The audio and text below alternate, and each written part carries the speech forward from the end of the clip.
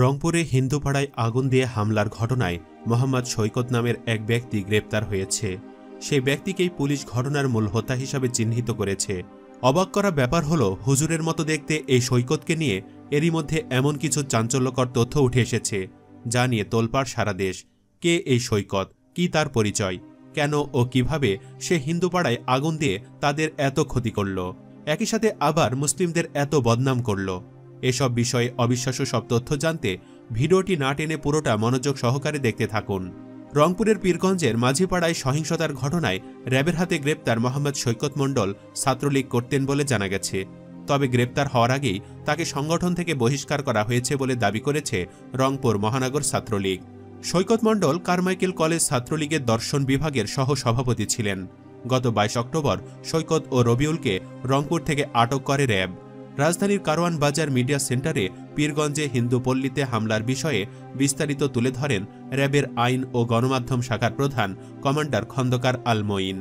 এ সময় তিনি বলেন, সৈকত মণ্ডলই এ ঘটনার মূল হোতা। শুক্রবার রাতে টঙ্গী থেকে সৈকত ও তার সহযোগী রবিউল ইসলামকে গ্রেপ্তার করেছে র্যাব। খন্দকার আল মঈন বলেন, গ্রেপ্তারকৃতরা উদ্দেশ্য প্রণোদিতভাবে অরাজকতা তৈরি এবং সাম্প্রদায়িক সম্প্রীতি বিনষ্টের লক্ষ্যে হামলা, অগ্নিসংযোগ ও সামাজিক যোগাযোগ মাধ্যমে অপপ্রচার এবং মাইকিং করে হামলাকারীদের জড়ো করেন বলে জানিয়েছেন। গ্রেপ্তার সৈকত সামাজিক যোগাযোগ মাধ্যমে উস্কানিমূলক, বিভ্রান্তিকর ও মিথ্যাচারের মাধ্যমে স্থানীয় জনসাধারণকে উত্তেজিত করে তোলেন। এছাড়া তিনি উক্ত হামলা ও অগ্নিসংযোগে অংশগ্রহণে জনসাধারণকে উদ্বুদ্ধ করেন। অনুসন্ধানে জানা গেছে, সৈকতের বাবা রাশেদুল ইসলাম রাজনীতির সঙ্গে সক্রিয় না থাকলেও দাদা আবুল হোসেন মণ্ডল রামনাথপুর ইউনিয়ন আওয়ামী লীগের সহসভাপতি এবং তার চাচা রেজাউল করিম রামনাথপুর ইউনিয়ন আওয়ামী লীগের ৬ নম্বর ইউনিটের সভাপতি। সৈকতের চাচা রেজাউল করিম বলেন, আমার ভাতিজা সৈকত মণ্ডল ঘটনার দিন দক্ষিণ পাড়ায় হিন্দু পল্লীতে অবস্থান করছিল। ওই সময় পুলিশ ও রামনাথপুর ইউনিয়নের চেয়ারম্যান সাদিকুল ইসলাম ছিলেন। তিনি বলেন, পুলিশ যখন বলছিল ফেসবুকে পোস্ট করে কোরআন ও কাবা শরীফ অবমাননা করা পরিতোষকে গ্রেপ্তার করা হবে, তখন সৈকত প্রশ্ন করেছিল কতক্ষণের মধ্যে গ্রেপ্তার করা হবে। পুলিশ 24 ঘন্টার মধ্যে গ্রেপ্তারের আশ্বাস দিলে সৈকত হাত উঁচিয়ে সবাইকে বাড়ি যেতে বলে এবং এ নিয়ে বাড়াবাড়ি না করতে অনুরোধ করে। রেজাউল দাবি করেন, সৈকত যখন পীরগঞ্জের রামনাথপুর ইউনিয়নের বড় করিমপুর গ্রামের দক্ষিণ পাড়ায় পুলিশের সঙ্গে ছিলেন, তখন উত্তর পাড়ায় আগুন লাগে। তিনি নির্দোষ ও নিরপরাধ। তার পুরো বংশ আওয়ামী লীগ করে। সৈকতের মা আঞ্জু আরা বেগম বলেন, চেয়ারম্যান সাদিকুল পরে আমাদের কইছে বাড়ি থাকি সরি যাও। আমি আমার স্বামী আর সৈকতকে নিয়ে পলাশ বাড়ি যাই। সেখান থেকে 3 বাড়ি চেঞ্জ করি। তারপর বোনের বাড়ির থেকে অন্য বাড়িতে আসি। সেখানে র্যাব আমাদেরকে ধরে ফেলে। তখন সৈকতের ঠিকানা বলি, তারা সৈকতকে ধরে। নির্দোষ হলে বাড়ি থেকে পালালেন কেন জানতে চাইলে সৈকতের মা আঞ্জু আরা জানান, চেয়ারম্যান আমাদের সরতে কইছে। রেকর্ড করার ফোন থাকলে রেকর্ড করলেম হয়। এ ঘটনায় যারা জড়িত তদন্ত করে তাদের গ্রেপ্তার এবং সৈকতের মুক্তির দাবি করেন তার দাদা আবুল হোসেন মণ্ডল। তিনি বলেন, আমি বঙ্গবন্ধুর আমল থেকে আওয়ামী লীগ করি। যখন এলাকায় কেউ আওয়ামী লীগ করার সাহস পায় না, তখন আমরাই আওয়ামী লীগ করেছি। আমরা কেমন করি জামাত শিবির হই।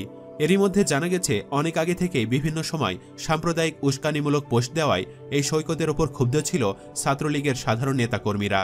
23 অক্টোবর বিকেলে বিষয়টি নিশ্চিত করেছেন বাংলাদেশ ছাত্রলীগ রংপুর মহানগর কমিটির সাধারণ সম্পাদক শেখ আসিফ হোসেন।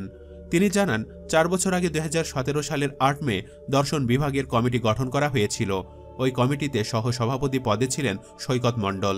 সম্প্রতি তার বিরুদ্ধে সামাজিক যোগাযোগ মাধ্যমে দলীয় শৃঙ্খলা পরিপন্থী কার্যকলাপের অভিযোগ পাওয়া যায়। এর পরিপ্রেক্ষিতে গত 18 অক্টোবর তাকে ছাত্রলীগের কমিটি থেকে অব্যাহতি দেওয়া হয়েছে। বর্তমানে ছাত্রলীগের সঙ্গে কোনো সম্পৃক্ততা নেই তার। মহানগর ছাত্রলীগের সাধারণ সম্পাদক আরও বলেন, সৈকত মণ্ডলের বাড়ি পীরগঞ্জের রামনাথপুর ইউনিয়নের মাঝিপাড়া গ্রামে। সম্প্রতি এলাকায় অবস্থানকালে তিনি দলীয় আদর্শ বিরোধী কার্যকলাপে যুক্ত হন। বিভিন্ন সময়ে ফেসবুকে উস্কানি ও বিদ্বেষমূলক পোস্ট ও মন্তব্য করতেন। তার বিরুদ্ধে ধর্মীয় সম্প্রীতি বিনষ্টের অপচেষ্টার অভিযোগ পাওয়ায় 18 অক্টোবর তাকে সংগঠন থেকে বহিষ্কার করা হয়। সৈকত মণ্ডলকে কমিটি থেকে অব্যাহতি দেওয়ার বিষয়টি স্বীকার করেছেন কারমাইকেল কলেজ শাখা ছাত্রলীগের সভাপতি সাইদুজ্জামান সিজার। সুপ্রিয় ভিউয়ার্স, মোহাম্মদ সৈকতের ঘটনায় দুপক্ষের বয়ান শুনে আপনার কি মনে হচ্ছে? এখানে সৈকত কি আসলে দোষী, নাকি কোনো কারণে ফেঁসে যাচ্ছে? দোষী মনে হলে ভিডিওটির কমেন্ট বক্সে অবশ্যই ইয়েস লিখতে পারেন, না হলে নো লিখে জানিয়ে দিন আপনার যে কোনো ভাবনা। পাশাপাশি ভিডিওটিতে একটি লাইক দিন ও অসংখ্য শেয়ার করে অন্যদেরও দেখার সুযোগ করে দিন। এ বিষয়ে পরবর্তীতে আরও এমন ভিডিও পেতে আমাদের চ্যানেলটি সাবস্ক্রাইব করে আমাদের সাথেই যুক্ত থাকুন। আল্লাহ হাফেজ।